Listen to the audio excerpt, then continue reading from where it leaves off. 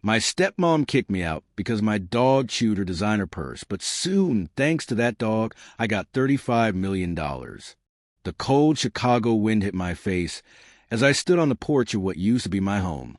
My dad closed the door without even looking me in the eyes, his final words hanging in the air between us.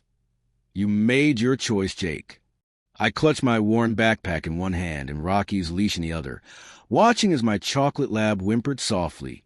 Sensing something was terribly wrong, I took a deep breath and whispered to him, "It's just you and me now, buddy." I never thought I'd be homeless at 19, not with a 4.0 GPA and what everyone called a bright future. But life has this funny way of testing what you're really made of when you least expect it. And sometimes those tests come in the form of a 70-pound chocolate Labrador with sad eyes and a tail that never stops wagging. Rocky wasn't just any dog. He was the last gift my mom ever gave me. 2 years ago, on my 17th birthday, Mom brought home this tiny ball of brown fur that immediately peed on my favorite sneakers. She was already sick then, but her smile when she handed me that puppy was the brightest I'd seen in months. "He'll teach you how to love, even when the world turns its back on you," she told me that day. I didn't fully understand what she meant until after she was gone, just 14 months later. Those nights after the funeral were the darkest of my life. Dad shut down completely, burying himself in work and whiskey. But Rocky, that dog would climb into my bed every night, pressing his warm body against mine while I cried myself to sleep. Sometimes I swear he cried with me. He was the only living piece of Mom I had left, the only one who seemed to remember her the way I did. Things might have stayed that way forever, me, Dad, and Rocky in our silent house of grief, if Linda hadn't come along. Dad met her at some corporate retreat 6 months after Mom died. "She makes me feel alive again," he told me, as if that explained everything. Linda moved in 3 months later and married Dad before the year was out. She was everything Mom wasn't: loud, meticulously put together, and obsessed with appearances. I tried to like her. Really, I did, for Dad's sake. But Linda made it clear from day one that Rocky and I were inconveniences she was tolerating, not family members she was embracing. "That dog is shedding all over my new Pottery Barn rug," she complained, sipping her soy milk latte while scrolling through her Instagram feed. "And I think I'm developing an allergy. My skincare routine costs $300 a month. I can't afford puffy eyes." I started keeping Rocky in my room more, walking him extra long to tire him out, so he'd sleep quietly. I even bought one of those expensive vacuum cleaners, specifically for pet hair, but nothing was ever good enough for Linda. The real trouble started when Dad gave her a platinum Amex for her birthday. Suddenly our house was filled with shopping bags from stores I'd never even heard of, clothes with French names I couldn't pronounce, shoes that cost more than my community college tuition. I came home from class one Thursday to find Linda standing in the living room, face red with rage, holding what remained of her Louis Vuitton handbag. Rocky sat in the corner, tail between his legs, looking guilty as hell. $3,000, she screamed, waving the chewed leather in my face. "This bag cost $3,000, and your mutt destroyed it." Dad just stood there, looking torn and miserable. He'd never been good at confrontation, even before Mom died. Linda knew exactly how to play him. "It's me or the dog, Richard," she said, turning to my father with tears in her eyes. "I can't live like this anymore. That animal has to go." My heart stopped. Rocky had chewed things before: my headphones, a textbook, even my favorite Nikes. But I'd never once thought about getting rid of him. He was family. He was Mom. "Dad," I started, but Linda cut me off. "Or Jake can take the dog and leave," she added with a shrug. "He's old enough to get his own place anyway. Most kids his age aren't still living at home rent-free." The silence that followed told me everything I needed to know. Dad wasn't going to stand up for me or for Rocky. His new life with Linda was more important than Mom's memory or his own son. That night, I lay on my bed with Rocky's head on my chest, remember what Mom had told me once when we found an injured bird in our backyard. "Love means choosing to protect those who can't protect themselves," she'd said as we carefully placed a bird in a shoebox lined with an old T-shirt. By morning, I had made my decision. I packed what I could fit into my backpack: some clothes, my laptop, the photo album of Mom, and Rocky's favorite toys. Dad caught me at the door and handed me an envelope with $200 cash. "I'm sorry, son," he whispered, not meeting my eyes. "Maybe once Rocky is older and calmer." I shook my head. "Don't worry about it, Dad. You made your choice too." Finding a place to stay when you're 19 with no credit history, minimal savings, and a large dog is basically impossible. I spent that first day going from apartment to apartment, watching landlords' faces fall when Rocky bounded into view. "Is that a dog or a small horse?" one asked, backing away like Rocky might eat him. Another simply stated, "No pets," before I could even open my mouth. By evening, I was sitting on a bench in Humboldt Park, sharing a hot dog with Rocky and wondering if my Honda Civic was big enough for both of us to sleep in. That's when Marge found us. She was walking her two huskies, massive fluffy beasts named Thor and Loki, when Rocky barked a friendly hello. Instead of hurrying past like most people, she stopped. "Those are some sad eyes for such a handsome young man," she said, and I wasn't sure if she was talking to me or Rocky. She was in her 70s, with wild gray hair and the kind of weathered face that suggested she'd seen it all. Dogs usually reflect their owner's emotions, you know. Before I knew it, I was telling the stranger my whole story. About Mom, about Linda, about being kicked out with nowhere to go. Marge listened without interrupting, just nodding occasionally. "Humans are complicated creatures," she said when I finished. "Dogs are much simpler. They don't lie, they don't cheat, and they don't abandon those they love." She pulled a set of keys from her pocket. "I've got a garage apartment behind my place in Oak Park. It's not fancy, but it's clean and there's a fenced yard. You two can stay there until we figure things out." I tried to refuse, to explain that I couldn't accept such generosity from a stranger, but Marge waved me off. "I've been where you are, kid, different circumstances. Same result. Alone with my dogs and nowhere to go. Someone helped me once. Now I'm helping you. That's how the world should work." The apartment was tiny, basically one room with a bathroom attached and a kitchenette in the corner. But it was warm, and the yard was perfect for Rocky.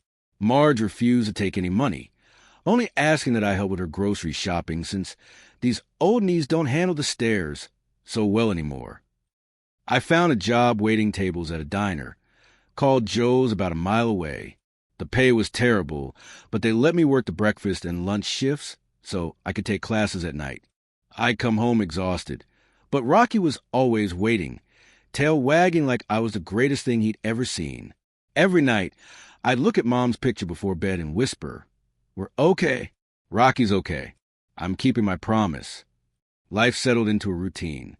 Work, school, walks with Rocky, helping Marge. It wasn't exactly the future I planned, but we were surviving.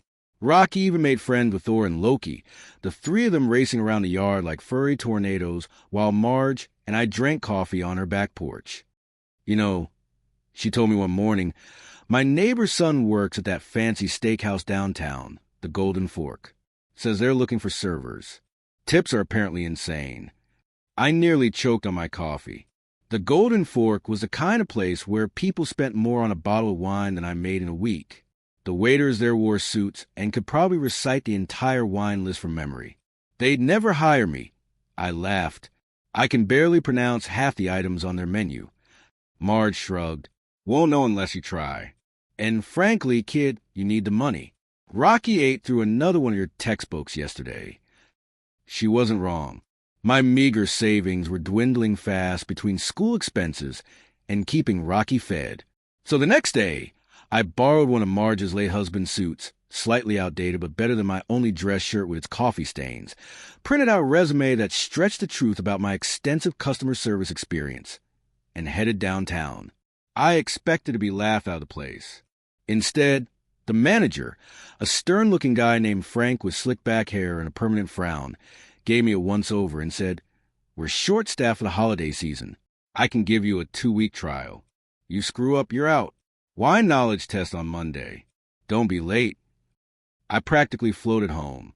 The base pay was twice what I made at Joe's, and Frank said servers regularly took home $200 to $300 in tips on a good night. This could change everything. I could save for a real apartment, maybe even transfer to a 4-year college next fall. When I got back to the garage apartment, Rocky greeted me with his usual enthusiasm, nearly knocking me over in his excitement. I knelt down and hugged him tight, his warm dog breath in my face. "Things are looking up, buddy," I told him.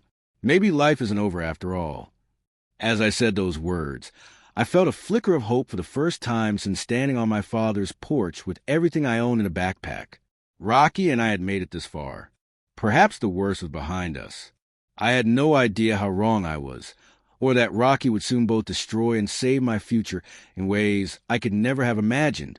Working at the Golden Fork was like stepping into another universe, one where people casually dropped $80 on a steak and didn't blink when ordering a $200 bottle of wine to go with it. The kind of place where you'd spot Chicago Bulls players or local news anchors any given night, acting like it was no big deal to spend more on dinner than my monthly rent. My first week, there was a crash course in pretending I belonged. I practiced pronouncing foie gras and bouillabaisse in the mirror every morning, smiling like I was some character from Dynasty instead of community college kid from the South Side who'd never eaten anything fancier than Olive Garden. It's pronounced croissant, not croissant. Frank corrected me during training, rolling his eyes like I'd personally offended his ancestors. And for God's sake, hold a wine glass by the stem, not the bowl. You're serving Chateau Margaux, not Kool-Aid. But I was a quick learner, and the money was incredible. My first weekend, I walked out with $430 in tips alone. The second weekend, almost $600. I started making plans. Maybe I could afford a real apartment by summer, one where Rocky and I wouldn't be charity cases. Maybe I could even transfer to Northwestern next fall, if I saved enough. There was just one problem. Rocky, don't get me wrong, he was still my best friend, my family, my connection to Mom. But leaving him alone in Marge's garage apartment for 10-hour shifts wasn't working out. He started howling the minute I left, a mournful wolf-like sound that carried through the neighborhood. "It's breaking my heart too, kid," Marge told me after the third day. "But Mrs. Greenberg next door works nights at the hospital. She needs to sleep during the day. I'll figure something out, I promised." Mrs. Greenberg left a polite note on my door the next day.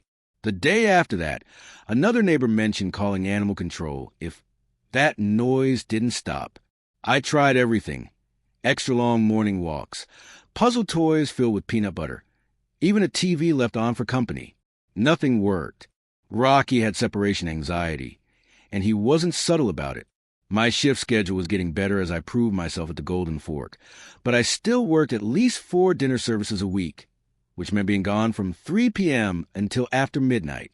Too long for any dog, but especially for a lab who'd already lost one person he loved. The solution came to me on a Tuesday afternoon as I was helping the maintenance guy fix a broken wine rack in the restaurant storage room. It was a small space, maybe 10 by 12 feet, tucked away in the back of the restaurant. No windows, but air-conditioned and quiet, filled with wine boxes and extra linens. No one comes back here during service except to grab wine, Tony explained as we worked. Frank's too busy running the floor, and the chefs never leave the kitchen. An idea, a crazy, desperate, absolutely terrible idea, started forming in my head. That Friday, I brought Rocky to work. I waited until the pre-service staff meal, when everyone was in the dining room, then snuck him through the back delivery entrance and into the storage room. I'd brought his bed, a bowl of water, and enough treats to keep a small army of dogs happy. "You have to be quiet as a mouse," I whispered, holding his face between my hands and looking into his eyes. "If anyone finds you, we're both out on the street. Understand?" Rocky licked my face, which I chose to interpret as agreement.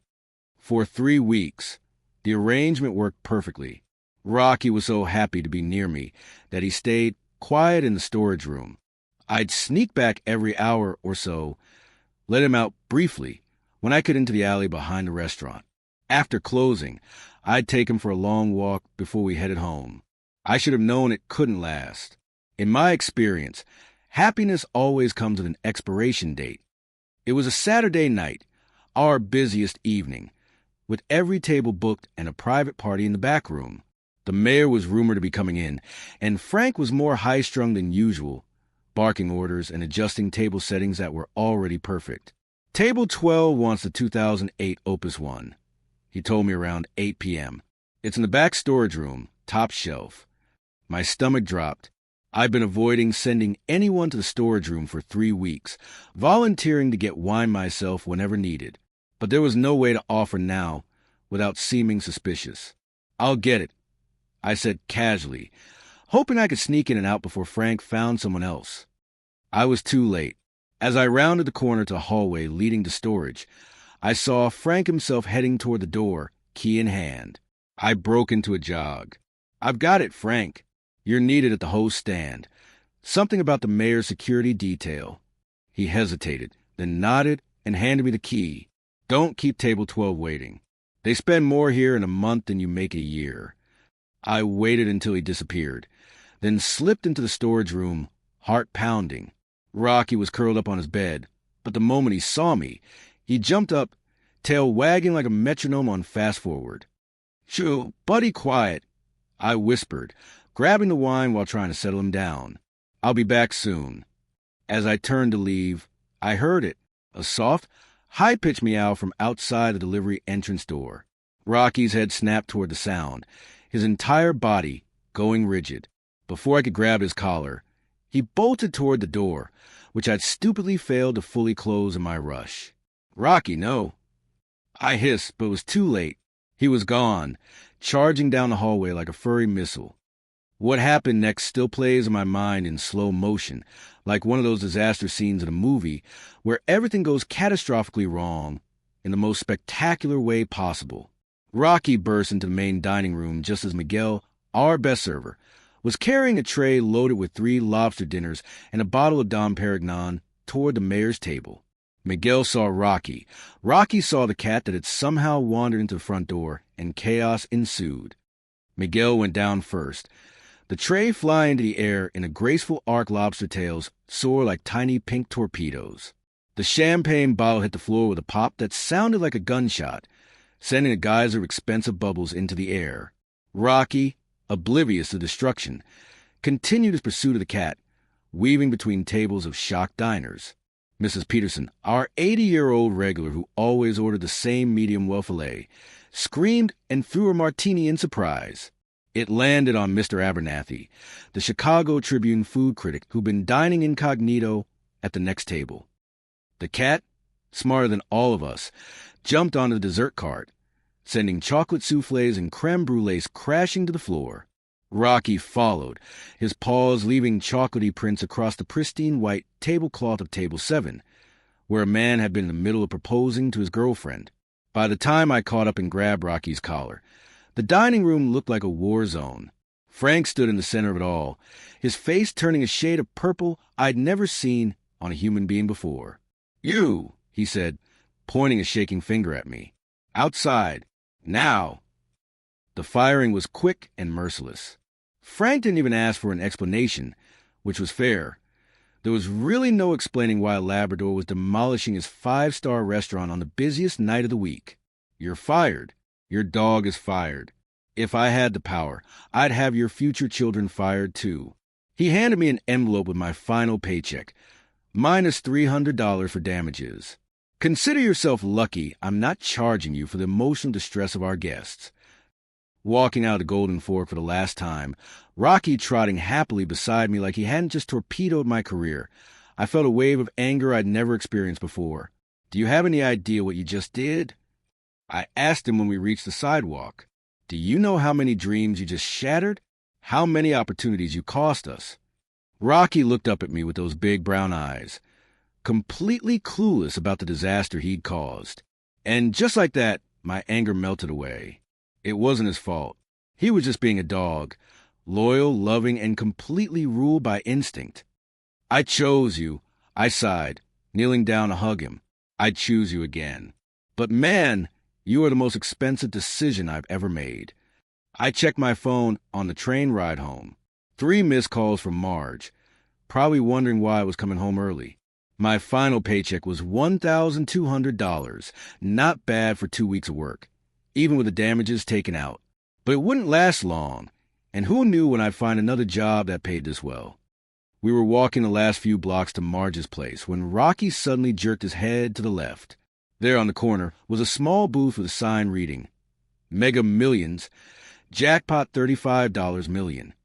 And there was the cat, the same orange tabby from the restaurant, somehow here in Oak Park, sitting smugly beside the lottery booth. Rocky lunged before I could tighten my grip on the leash. Rocky, no, not again. This time, the disaster was even more spectacular. Rocky charged, the cat dodged, and the entire booth went down like it was made of playing cards. A young woman with shoulder-length brown hair and wide blue eyes watched in horror as hundreds of lottery tickets scattered across the wet sidewalk, many landing in a large puddle left by the afternoon rain. "No!" she cried, dropping to her knees to gather the soaking wet tickets. "No, no, no!" I grabbed Rocky's collar and pulled him back. The cat, mission apparently accomplished, sauntered away with what I swear was a smirk on its face. "I am so sorry," I said, kneeling down to help collect the drenched tickets. "My dog." He has a thing about cats. The girl looked up at me, tears streaming down her face. I'm going to lose my job. These tickets, they're all ruined. I looked at the girl, then at Rocky, then back at the girl. Her name tag read Emily. She couldn't have been more than 20, and the terror in her eyes was all too familiar. It was the same fear I felt standing on my dad's porch, realizing I had nowhere to go. Mom's voice echoed in my head. Help others, even when you're struggling yourself. That's when it matters most. I took a deep breath and reached for my wallet. How much did you say the tickets cost? Let me check, she sniffled, quickly counting the ruined booklets. That's 7 full booklets plus 11 loose tickets, $835 total. She looked at her sales log to confirm. God, they're going to fire me. I can't afford to cover this. I pulled out the envelope of my final paycheck. I can cover it. All of it. Her eyes widened. What? No. You can't. That's insane. Probably, I agreed, counting out $835, more than 2/3 of everything I had in the world. But I've been doing a lot of insane things lately. Might as well keep the streak going. As I handed her the money, Rocky sat beside me, tail wagging, completely oblivious of the financial disaster he'd just caused. I ruffled his ears. Congratulations, buddy. You're officially the most expensive dog in Chicago. $835 for one chase. That's a new record. Emily insisted on giving me the wet tickets. They're yours now, she said. Some of them might still be valid if you can dry them out. The drawing's tomorrow night. I shoved the soggy pile into my jacket pocket, not having the heart to tell her I just spent my last dollar on paper that was dissolving into pulp.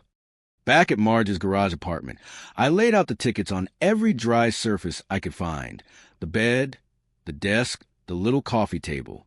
Most were unreadable, the numbers blurred beyond recognition, but a few dozen seemed salvageable. I borrowed Marge's hair dryer and got to work, carefully drying each one, trying not to laugh at the absolute absurdity of my situation. Fired from my dream job, and then broke again in the same night. All because of my dog. Flat broke, drying lottery tickets like they were precious documents. If this isn't fate, I'm officially the biggest idiot in Illinois, I told Rocky, who was curled up on the bed, watching me work with half-closed eyes. He thumped his tail in response, which I took as agreement on both counts. As I set the last batch of tickets aside to finish drying, I couldn't help but smile at how quickly life can change course. This morning, I'd been a rising star at the Golden Fork, envisioning a future where Rocky and I had our own place, where I finished college, where things finally went right. Now I was unemployed, nearly broke, and pinning my hopes on lottery tickets that had been soaked in street water. But somehow, I wasn't as devastated as I should have been. Maybe it was the way Emily had smiled when she thanked me, or the memory of Mom's voice reminding me what really mattered in life. Or maybe it was just Rocky, snoring softly on the bed, loyal and loving despite his talent for destruction. Whatever tomorrow brought, we'd face it together. And who knows, maybe those wet tickets would turn out to be worth something after all. I just had no idea how much. A week after the lottery ticket disaster, I was scraping the bottom of the financial barrel. My bank account had dwindled to a pathetic $47.82, and my prospects weren't looking any better. 3 job applications, 0 calls back. Turns out, getting fired from the Golden Fork had made the rounds in Chicago's restaurant scene. Frank had friends everywhere. My dinner that night was ramen noodles. The cheap kind that costs 29 cents a pack and probably takes a year off your life with each serving. Rocky sat beside me at the tiny kitchen table, his soulful brown eyes fixed on my sad excuse for a meal, a string of drool hanging from his mouth. "Sorry, buddy," I told him, sliding half my noodles into his bowl. "Looks like we're both on a budget diet for a while." Rocky didn't seem to mind the downgrade from premium dog food to discount ramen. That's the thing about dogs. They don't care if you live in a mansion or a garage apartment, as long as they're with you. People could learn a lot from that kind of loyalty. Marge stopped by that evening with a plate of her famous meatloaf and a concerned look on her face. She'd heard about the lottery ticket incident from Mrs. Greenberg, who'd seen the whole thing on her way home from her night shift. "You know, life is like a poker game," Marge said, watching me devour meatloaf like a man who hadn't seen real food in days. "Sometimes you gotta play the hand you're dealt, even when it's garbage." "Is that supposed to make me feel better?" I asked, my mouth full. She shrugged, "Just saying that every lousy hand has possibilities. Your mom knew that. Why do you think she gave you that dog?"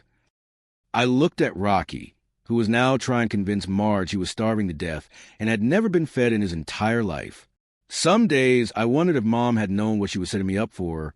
Homelessness, unemployment, and financial ruin, all because of a dog who couldn't resist chasing cats.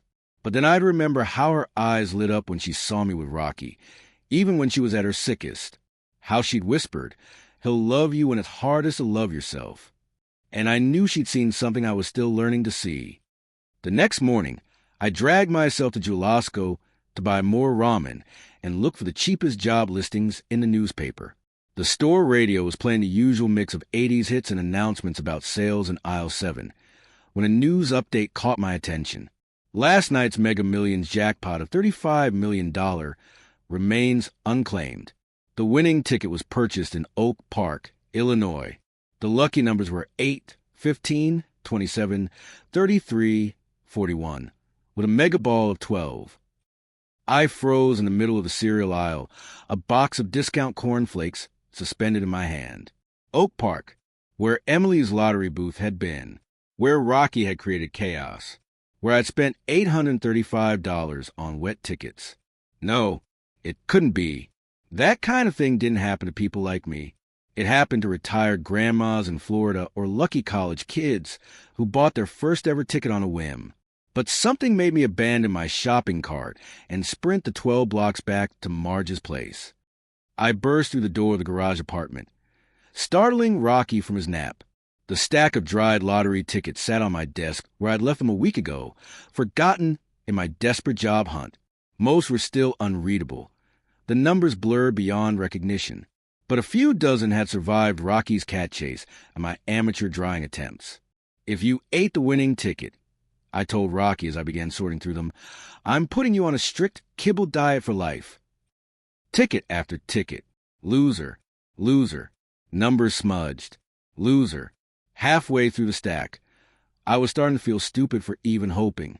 This was just another wild goose chase, like thinking I could hide a Labrador in a wine storage room or build a future at the Golden Fork. Then I saw it. Ticket number 27 in my stack. Clear as day. 8, 15, 27, 33, 41. Mega ball 12. I checked again, then a third time. I pulled up the Illinois lottery website on my phone to verify the numbers. They matched. All of them. The room started spinning. I sat down hard on the edge of my bed, the ticket clutched in my trembling hand. Rocky, sensing something was happening, trotted over and put his head in my lap. "We won," I whispered, my voice barely audible. Then louder, "We won." Rocky startled at my sudden shout, then started barking excitedly, feeding off my energy without understanding why. I grabbed him, hugging him so tightly he yelped. "Marge." I yelled, running from the garage apartment toward her house, waving the ticket like a lunatic. Marge. She came out onto her back porch, coffee mug in hand, Thor and Loki at her feet. What in God's name are you hollering about? Did you set something on fire? I thrust the ticket toward her, my hand still shaking. The lottery. Mega Millions. It's us. We won. Her eyes widened as she looked from the ticket to me and back again. Then, to my complete surprise, this 70-something woman let out a whoop that could have been heard 3 blocks away and started dancing on her back porch, both huskies howling along in perfect harmony. The next few days were a blur. After researching online, I learned I needed to sign the ticket immediately, which I did, in shaky handwriting. Make a copy, thanks to Marge's ancient printer, and find a secure place to keep it, inside a waterproof bag inside a lockbox Marge had in her closet. Then came the hard part, finding someone who could help me claim the money without getting ripped off. Marge's nephew was a lawyer in downtown Chicago, specializing in real estate, but he recommended a colleague who dealt with sudden wealth cases. Joseph Abernathy's office was on the 47th floor of a gleaming skyscraper with a view of Lake Michigan that made me feel like I was floating. His suit probably cost more than my car, but his handshake was surprisingly down-to-earth. "So you're the dog guy," he said, gesturing for me to take a seat. My wife was at the Golden Fork that night. She said it was the most entertaining dinner they've had in years. My face burned with embarrassment. Not my finest moment. Joseph laughed. "Are you kidding?" She loved it. Said the stuffy place needed some shaking up. He leaned forward, suddenly all business. "Now about this ticket. I verified its authenticity with the Lottery Commission. It's real, and you got some decisions to make." Those decisions, it turned out, were complicated. I could take a lump sum payment, which would be about $24.5 million before taxes, or annual payments over 29 years. After federal and state taxes, the lump sum would net me around $22 million. $22 million, I repeated, the words feeling foreign in my mouth. That was more money than I could comprehend. More than most people see in a lifetime. It's a life-changing amount, Joseph agreed, which is why you need to be smart about this. Fame follows money, especially lottery money. By tomorrow, everyone in Chicago will know your name. He wasn't exaggerating. By the time I left his office, local news outlets had picked up the story. Lucky Oak Park resident wins $35 million after dog incident was already trending on Chicago news sites, though thankfully with minimal details about me personally. The media frenzy was immediate and overwhelming. Reporters camped outside Marge's house. My phone exploded with calls and texts from people in the neighborhood and former co-workers. Thankfully, I'd been smart enough to use a trust for the claim, keeping my full name out of the official announcements. The local news just described me as an Oak Park resident in his early 20s. At least my family wouldn't know. I wasn't ready for that conversation yet. I turned my phone off and huddled in the garage apartment with Rocky, feeling strangely vulnerable despite my new millionaire status. Fame, I was quickly learning, felt a lot like being naked in public. Your mom used to say something about money. Marge told me that night as we hid from reporters in her kitchen. She said, "Money doesn't change your heart. It just reveals it." I looked at her in surprise. "You knew my mom?" Marge smiled. "Book club. Every Thursday for 6 years. She talked about you all the time. So proud of her smart boy." She patted my hand. "She'd be even prouder now, seeing how you've handled things." I wasn't so sure about that. Getting kicked out and living in someone's garage wasn't exactly the American dream. But then again, maybe choosing loyalty over comfort, kindness over convenience, maybe that would have made Mom proud. With Joseph's help, I navigated the process of claiming my winnings. I chose the lump sum option, planning to invest most of it. The day the money hit my account, I stared at the balance on my phone screen for a full 5 minutes. All those zeros didn't seem real. Joseph had connected me with a financial advisor named Sarah Kim, a no-nonsense woman who looked about my age but spoke with the authority of someone who'd been managing millions for decades. "The first rule of sudden wealth," she told me during our initial meeting, "is to do nothing drastic for at least 6 months. No mansions, no sports cars, no private islands. What about helping the people who helped me? I asked, thinking of Marge and her leaky roof, of Emily who'd been so upset about the damaged tickets. Sarah smiled. That's different. Gratitude is always a good investment. She helped me set up a structure plan. 60% of my windfall went into a diverse portfolio of investments, 20% into safe, accessible accounts for immediate needs, 10% for real estate investments, and 10% for what she called my gratitude fund. The media attention intensified after the official announcement, but thanks to Joseph's careful planning with the trust, I remained largely anonymous. Local news referred to me only as the Oak Park Lottery winner or the lucky dog owner. There were requests for interviews from People magazine and The Ellen Show, all forwarded through my lawyer. A production company even inquired about movie rights to the heartwarming tale of a dog who created chaos and brought fortune. I declined them all, valuing my privacy over fame. Through it all, Rocky remained blissfully unaware that he was now famous. His concerns were still limited to walks, treats, and the occasional squirrel sighting. There was something grounding about his simple happiness, a reminder that the best things in life had nothing to do with bank balances. Your life is going to change. Joseph warned me. People will treat you differently. Some will want things from you. Others will resent you for having what they want. Be careful who you trust. I thought about his warning as I scrolled through my messages one night. A few former co-workers asking if I knew who the lucky Oak Park winner was. Some local businesses offering discounts, hoping to attract the mysterious millionaire. But nothing from my family. No text from my dad. No call from Linda. For now, my identity was still protected, and I was grateful for that. I set the phone down without responding. Some bridges couldn't be rebuilt with money. Some betrayals cut too deep.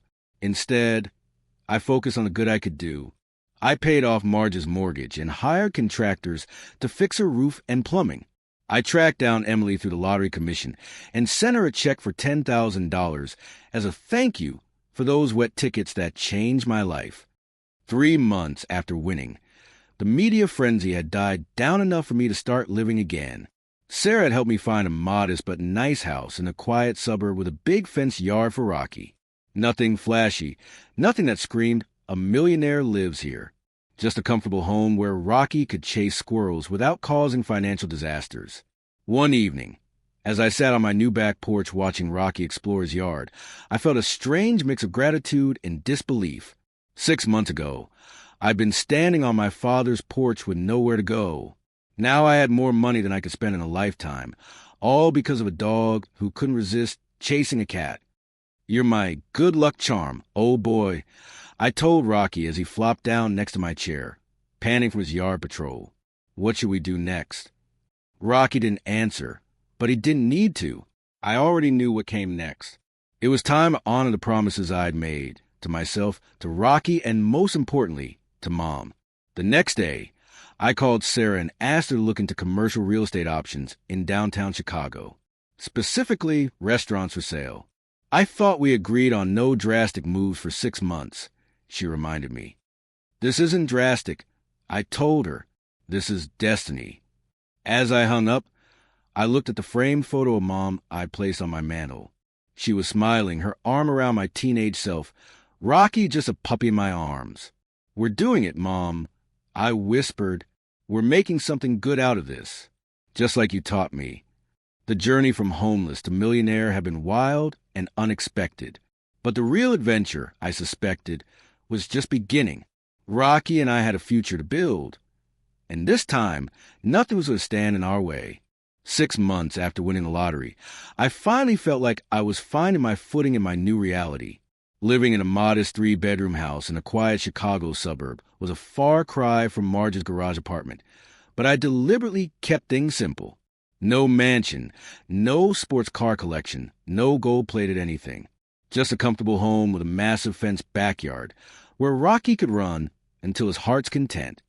The best part of having money, I discovered, wasn't what I could buy for myself. It was what I could do for others. Marge's house had undergone a complete transformation. New roof, updated plumbing, modern kitchen, and a state-of-the-art security system. I'd even added a custom-built doghouse in her backyard for Thor and Loki, complete with air conditioning for Chicago's brutal summer heat. "You're officially my favorite grandson now," Marge joked one evening as we sat on her new back porch, watching the three dogs chase each other around the yard. "Even if we're not actually related, I owe you more than I could ever repay," I told her, thinking of those first desperate nights after Dad kicked us out. "You took in 2 strays when no one else would." Marge waved away my gratitude with a flick of her wrist. "That's not how kindness works, kid. It's not a transaction." She took a sip of her iced tea and added, "So what's next for you?" All this money and no real plan seems like a recipe for disaster. That question had been haunting me for weeks. What was next? I couldn't just sit around being the lottery guy for the rest of my life. I needed purpose, direction, something that would make Mom proud. The answer came to me later that night as I was going through an old box of Mom's things that Dad had reluctantly dropped off after she died. At the bottom, beneath photo albums and her favorite scarf, I found a small leather-bound notebook. Inside, in Mom's neat handwriting, were recipes. Dozens of them. Pies, mostly. Apple crumble, cherry lattice, chocolate bourbon pecan. On the inside cover, she'd written, "For my future cafe, sweet memories where every bite tells a story." I sat on my bedroom floor, stunned. I knew Mom had worked as a pastry chef before I was born, but I'd never known she'd dreamed of opening her own place. It was like finding a piece of her I never knew existed, a dream she'd never had the chance to fulfill. Right then, I knew what I needed to do. The next morning, I called Sarah, my financial advisor, to discuss investing in a small restaurant or cafe. She was skeptical at first. Restaurants were notoriously risky investments, especially for someone with zero experience in the industry. But when I explained about Mom's recipe book and her unfulfilled dream, Sarah softened. "All right, but we do this smart," she said. "Take some business classes. Find an experienced manager. Start small and learn the ropes before you dive in head first." I followed her advice, enrolling in business management and culinary courses at the local community college. During one of our consultations, Sarah mentioned casually, "You know, I heard through the grapevine that the Golden Fork is struggling financially. The owner is considering selling." My heart skipped a beat. The Golden Fork, where Rocky had caused chaos, where I'd been humiliated and fired. The universe couldn't possibly be that poetic, could it? "How much are they asking?" I heard myself say. 2 months and a mountain of paperwork later, I was the new owner of the Golden Fork. The previous owner, a silent investor who'd never even visited the restaurant, was thrilled to unload the struggling business. Frank, the manager who'd fired me, had no idea the sale had even happened. I decided to keep it that way. For now, my plan was to completely reimagine the space, transforming the stuffy, overpriced steakhouse into a warm, welcoming cafe featuring Mom's pie recipes as a star attraction. But first, I wanted one last moment of poetic justice. I made a reservation at the Golden Fork under a fake name, dressed in the nicest suit money could buy, and brought Rocky with me, this time with an official service dog vest. It wasn't exactly honest, but for what Frank had put me through, I figured a little white lie was justified. The maitre d' seated us at the best table in the house, not recognizing me with my new haircut and expensive clothes. Rocky miraculously behaved perfectly, lying quietly under the table as I ordered the most expensive items on the menu. Halfway through my appetizer, Frank appeared tableside, all smiles and faux sophistication. "Is everything to your satisfaction, sir?" he asked, not looking directly at me. I smiled. "The food's excellent. Though I have to say, I've heard the management leaves something to be desired." That got his attention. He looked at me, really looked at me, and I watched his recognition dawn on his face. He went pale, then red, then pale again. "You," he sputtered, "you can't bring that dog in here. After what happened last time." "Actually, I can," I interrupted calmly. Service dogs are protected by law. But more importantly, I pulled out a folded document from my jacket pocket and slid it across the table. "I can bring him anywhere in this restaurant, considering I own it now." The look on Frank's face was worth every penny of the purchase price. His mouth opened and closed like a fish gasping for air. "You're fired?" He finally managed to say, more question than statement. I laughed and shook my head. "No, Frank, you're not fired. You're on probation." I took a sip of my ridiculously overpriced wine. I believe in second chances. After all, someone gave me one once. The rest of the meal passed in a blur of awkward service and whispered conversations among the staff. By the time I left, the entire restaurant knew that the guy with the troublemaking dog had returned as their new boss. It wasn't about revenge. It was about coming full circle, about showing myself how far I'd come. The renovation started the following week. I closed the Golden Fork for a complete overhaul, keeping the staff on payroll during the downtime. Another decision that made Frank look at me like I'd grown a second head. "Why would you pay people to not work?" he asked as we reviewed the renovation plans. "Because they have rent to pay and families to feed," I replied, "and because loyalty goes both ways." As the renovation progressed, turning the dark, formal dining room into a bright, homey space with comfortable booths and a glass-encased bakery section, I found myself thinking more and more about Emily. I'd sent her that thank you check months ago, but hadn't heard back. Maybe she'd moved, or maybe she thought I was some weird lottery stalker. Still, I couldn't stop wondering what had happened to the girl whose lottery stand had changed my life. After some internal debate, I decided to try tracking her down again, just to say thank you in person. The lottery commission wouldn't give me any information about her, citing privacy policies. But they did confirm she no longer worked for them. On a hunch, I checked the bookstores near where her lottery stand had been. On my third try, a small independent shop called Turning Pages, I struck gold. There she was, shelving books in the fiction section, her brown hair now cut short in a stylish bob. For a moment, I just watched her work, suddenly unsure what to say. What if she didn't remember me? Worse, what if she remembered me as the guy whose dog destroyed her lottery tickets? I grabbed a random book from a nearby display and approached the counter. When Emily came over to ring me up, I waited for a flicker of recognition. "Nice choice," she said, scanning the book.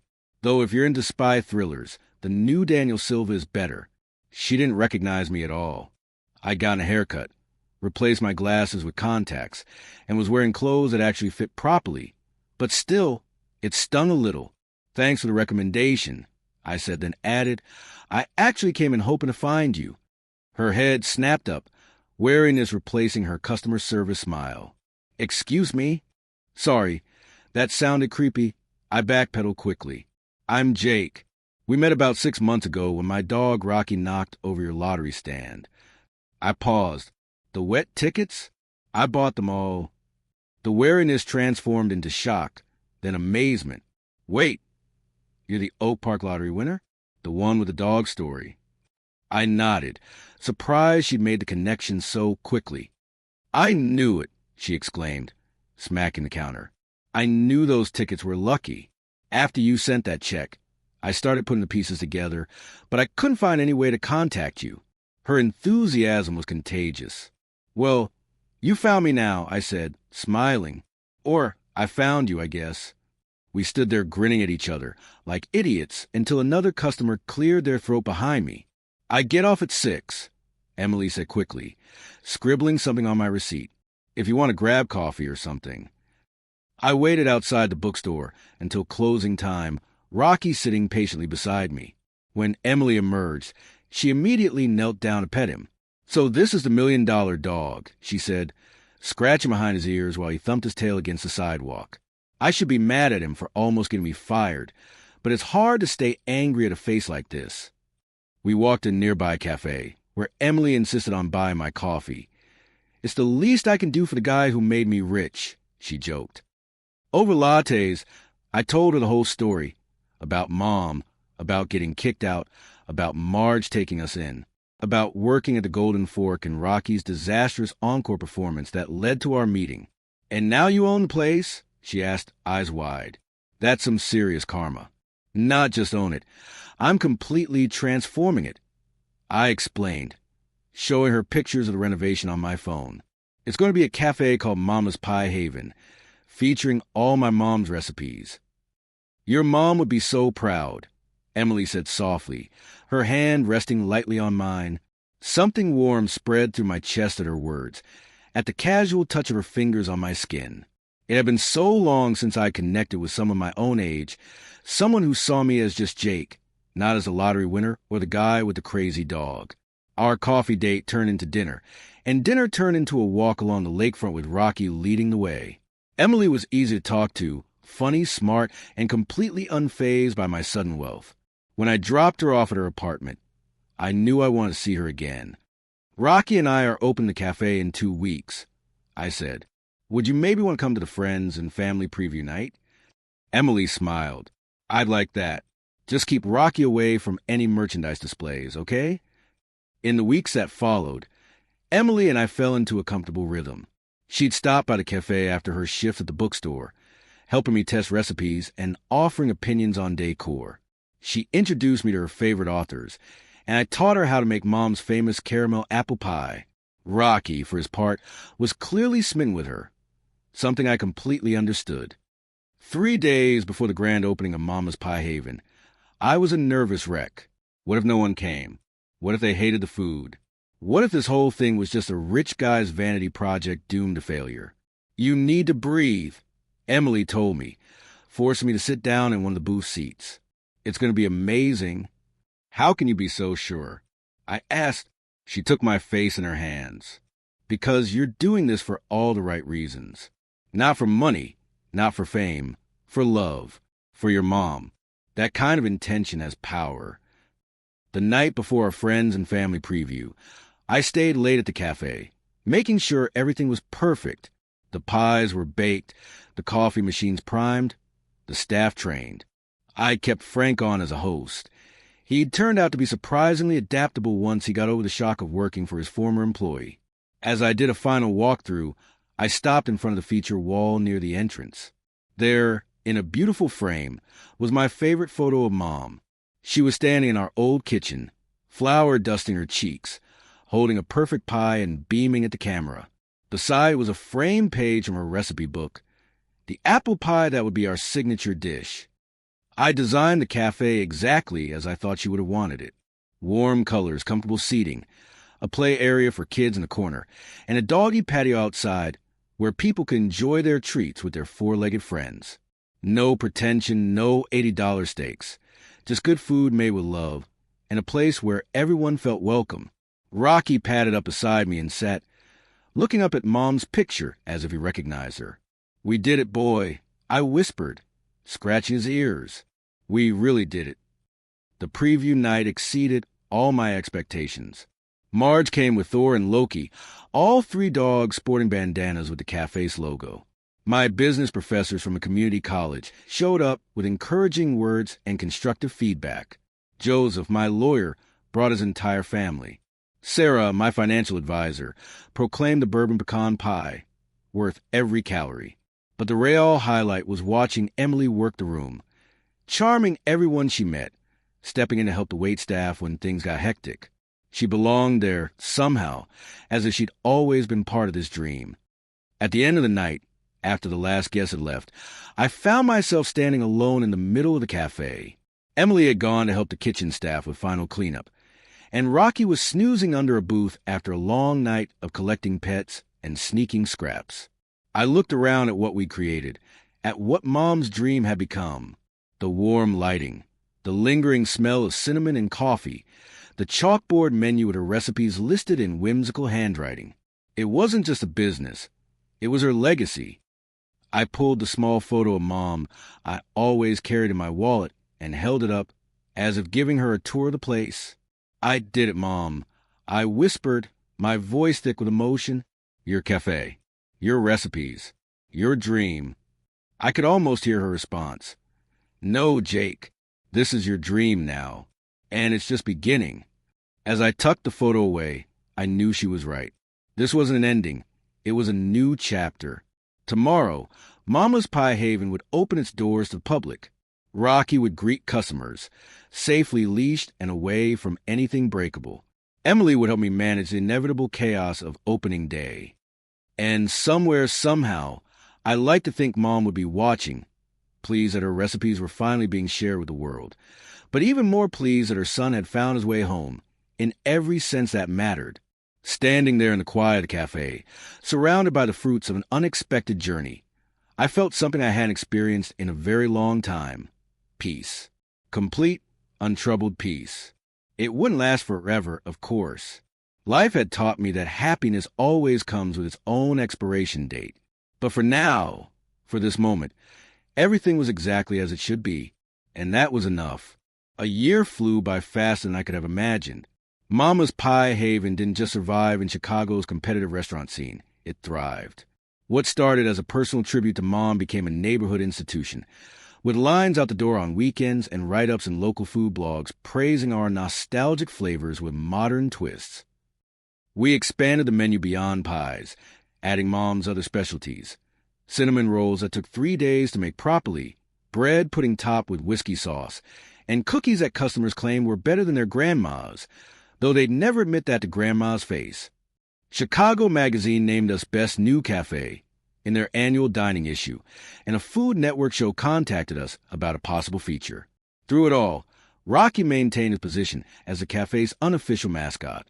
He greeted regular customers like old friends, posed for countless Instagram photos, and wore a different themed bandana each day.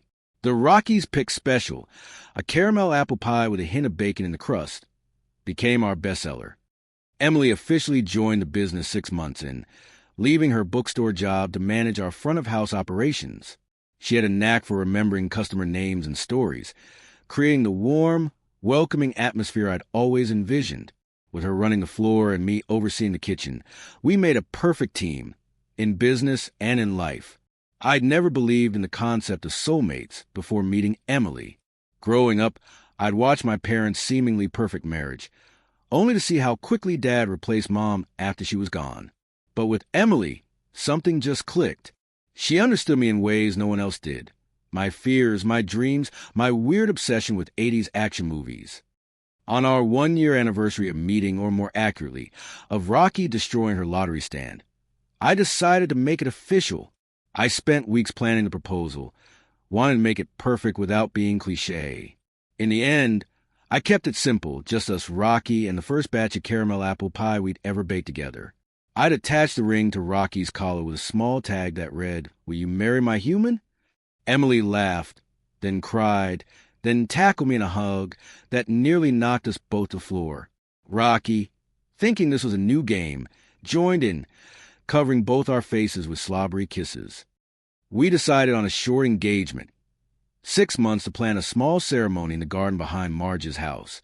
With her officiating, she'd gotten certified online specifically for us. The cafe became engagement central, with regular customers offering congratulations and unsolicited wedding advice. Rocky strutted around with an air of accomplishment, as if the whole thing had been his idea from the start. Life was good, better than I'd ever imagined possible when I stood on Dad's porch that night with nowhere to go. Sometimes I catch myself looking around the cafe, at Emily chatting with customers, at Rocky napping in a special corner, at the photo of Mom watching over it all, and I'd feel a wave of gratitude so intense it was almost overwhelming. The only shadow on my happiness was the absence of Dad. Despite everything, there were moments I wish he could see what I'd built, what his son had become, not for validation. I was past needing that from him, but because somewhere deep down, I still remember the man who taught me to ride a bike and cheered at my baseball games. The man who existed before grief turned him into someone I didn't recognize. I thought about reaching out dozens of times, but always stopped myself.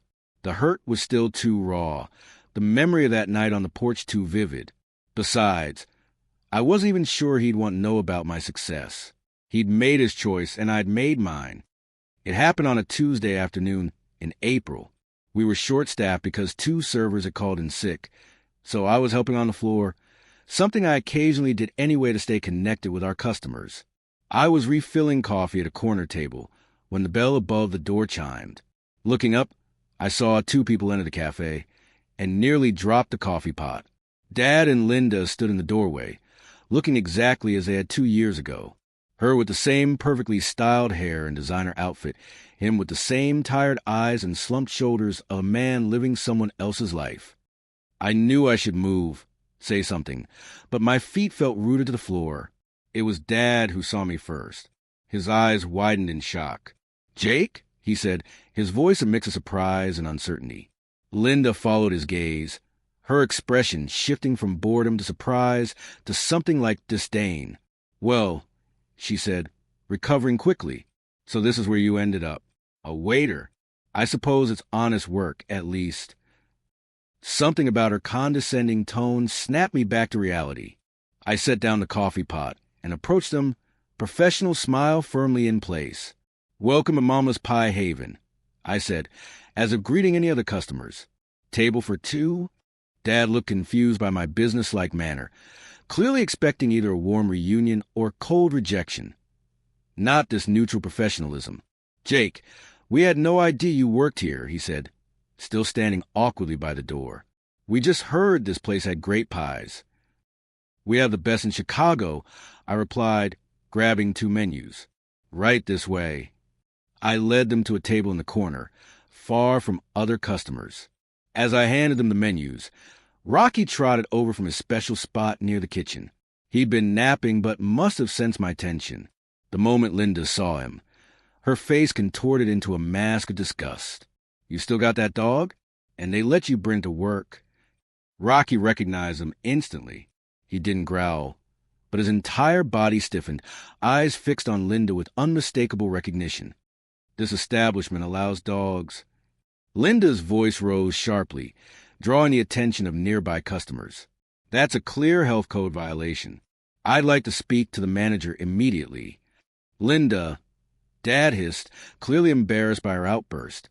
"No, Richard," she snapped back. "First, he brings this flea bag to our home and ruins my things. Now he's bringing it to work? Someone needs to teach this boy about proper boundaries." I remained calm, years of customer service experience coming in handy. "I'll get the manager for you right away." As I walked toward the back office, I could hear Linda's stage whisper to Dad, "Waiting tables. Well, at least now we know why he never came back begging for help." Frank was doing inventory when I stuck my head in. "Hey, can you come out front for a minute? My father and stepmother just walked in. They think I'm a waiter, and she's demanding to speak to management about Rocky being here." Frank's eyebrows shot up. "The ones who kicked you out? Oh, this I gotta see." We returned to the table together, Rocky following at my heels. Linda was inspecting the silverware with a critical eye while Dad studied the menu, looking uncomfortable. "I understand there's a concern about our canine friend here," Frank asked in his most professional voice. Linda looked up. "Are you the manager? Your employee has brought his pet to work. It's unsanitary and highly unprofessional." Frank glanced at me, the corner of his mouth twitching slightly. "I think there's been a misunderstanding, ma'am. Jake is an employee. He's the owner of Mama's Pie Haven." The silence that followed was so profound you could have heard a crumb drop. Dad's menu slipped from his fingers. Linda's mouth opened and closed several times before she managed to speak. "Owner," she repeated, as if the word were in a foreign language. "That's impossible. He's just a college dropout." I finished for her. "A guy who chose a dog over a roof over his head? Yeah, that's me. I'm also the owner of this place, and Rocky here is our unofficial mascot. The health department has no issues with him being here, as long as he stays out of the kitchen, which he does." Dad was staring at me like I'd grown a second head. "Jake, how could you afford to?" "The lottery," I said simply. "Turns out getting kicked out was the best thing that ever happened to me.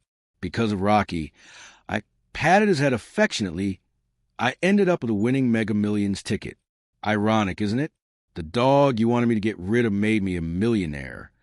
Linda's face transformed instantly, her previous disgust melting into a saccharine smile. "Oh, how wonderful. You know, we've been so worried about you, Jake. Richard has been beside himself wondering where you were." "Really?" I couldn't keep the skepticism from my voice. "So worried that you never once came looking for me at Marge's? Or called the community college to see if I was still enrolled?" Dad at least had the decency to look ashamed. I thought you needed space. That you'd come back when you were ready. Come back? I repeated, keeping my voice low despite the anger bubbling up. You kicked me out for choosing Mom's final gift to me over your new wife's designer handbag. What exactly was I supposed to come back to? Emily appeared at my side, sensing the tension. She slipped her hand into mine, the diamond on her finger catching the light. Everything okay here? She asked, her voice gentle but her eyes watchful. Emily, these are my father and Linda. I said, Dad, this is Emily, my fiancée.